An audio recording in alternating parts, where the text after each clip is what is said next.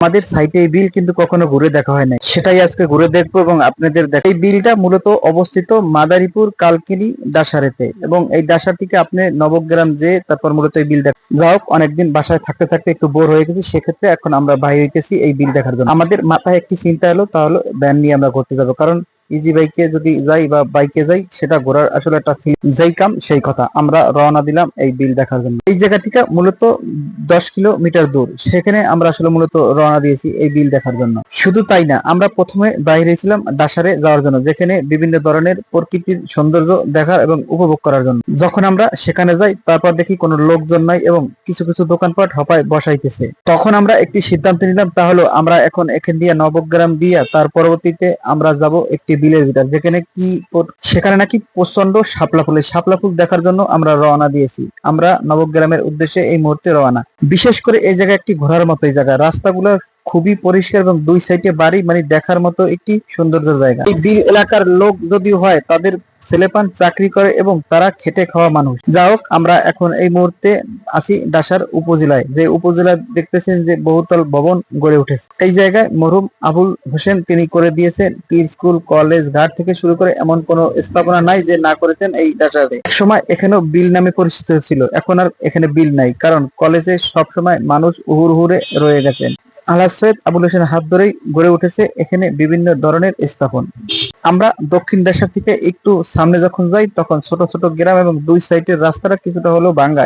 এখানে সেরকম লোক আর দেওয়া যায় না, কারণ যারা বৃদ্ধ আছে মূলত তাদের দেখা যায়। ইয়ং যত জেনারেশন আছে তারা মূলত কর্মতে ব্যস্ত। এ জায়গার লোকের প্রধান কাজ হলো মাছ ধরে মাছ বেচা, এটাই তাদের জীবিকা নির্বাহের কাজ। এখানকার শুধু পুরুষই কাজ করে না, এখানে কাজ করে মেয়েরাও, এবং তাদের সময় হলে কলেজেও চলে যায় তারা। এই জীবিকা নির্বাহ মেয়ে ছেলে উভয় সবাই কাজ করে, এবং একটু ভালো থাকার জন্য হলো তারা এই কাজকে বেছে নিয়েছেন তাদের পেশা হিসাবে মাছ মারা। তারা এই জায়গা থেকে মাছ ধরে ভুরঘাটা, মাদারীপুর, ঘোষেরহাট নামক বিভিন্ন বড় বড় পাইকারি হাটে খুচরা বিক্রয় করে থাকে। এই রাস্তাটায় সেরকম কোনো লোকজন চলাফেরা নাই, রাস্তাটাও কিছুটা হলেও ভাঙ্গা, শুধু মানুষের চলাচলটা একটু কম, কারণ এখানে একটু পুরুষ শূন্য।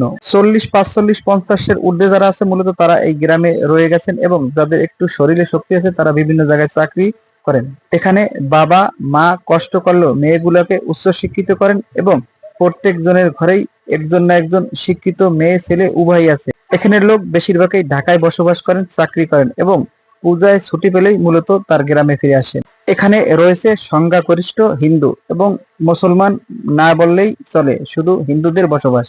জাল, বড়শি এ দিয়েই মূলত এই বিলের ভিতর তারা মাছ ধরেন, সেই মাছ বিক্রি করে চাল, ডাল, খাবার এগুলো কিনে আনে। মূলত এদের মাছ ধরা ছাড়া আর কোনো পেশা মূলত নাই, সেরকম টাকা পয়সা তারা যোগাইতে এবং জমাইতে পারেন। বর্ষাকালের 6 মাসেই মূলত তারা মাছ মারেন, পরবর্তীতে যেটা থাকে পুকুর সেগুলো সেচে মাছ বিক্রি করেন। এখন রাস্তায় তেমন লোক দেখা না গেলেও পূজা যখন আসে তখন বিভিন্ন লোক ছুটিতে আসলেই দেখা যায় তাদের আনাগোনা এবং হাঁটাচলা।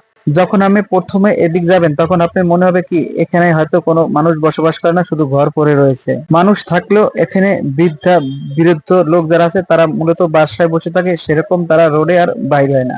এরকম নির্জন জায়গা কাদের ভালো লাগে অবশ্যই কমেন্ট করে জানাবেন, এবং আপনাদের মূলত আমরা এই লোকেশন দেবো কোন জায়গায় গেলে মূলত আপনি আরামদায়ক ঘুরতে পারবেন এবং বসতে পারবেন এবং সুস্বাদু জিনিস খাবার খেতে পারবেন। মূলত আমাদের এখানে চলাফেরা করেও ভালো লাগলো। যদি আমাদের এই ভিডিও আপনাদের ভালো লাগে, যারা ইউটিউব থেকে দেখেন অবশ্যই সাবস্ক্রাইব করবেন, আর যারা ফেসবুক পেজের থেকে দেখেন তারা অবশ্যই ফলো দিয়ে রাখবেন, আর যারা ফলো দিয়েছেন তাদের ধন্যবাদ। আমাদের ঘুরতে ঘুরতে এখন সন্ধ্যা হয়ে গেছে, কিছুক্ষণ পরে হয়তো মাগরিবের আজান দিবে, তার মধ্যে আমাদের মূলত বাড়ি ফিরতে হবে। আপনাদের কাছে আমাদের একটি রিকোয়েস্ট থাকবে, আমাদের এই ভিডিও আপনি মূলত কোন দেশের থেকে দেখেন বা কোথা থেকে দেখেন কমেন্টে অবশ্যই জানাবেন।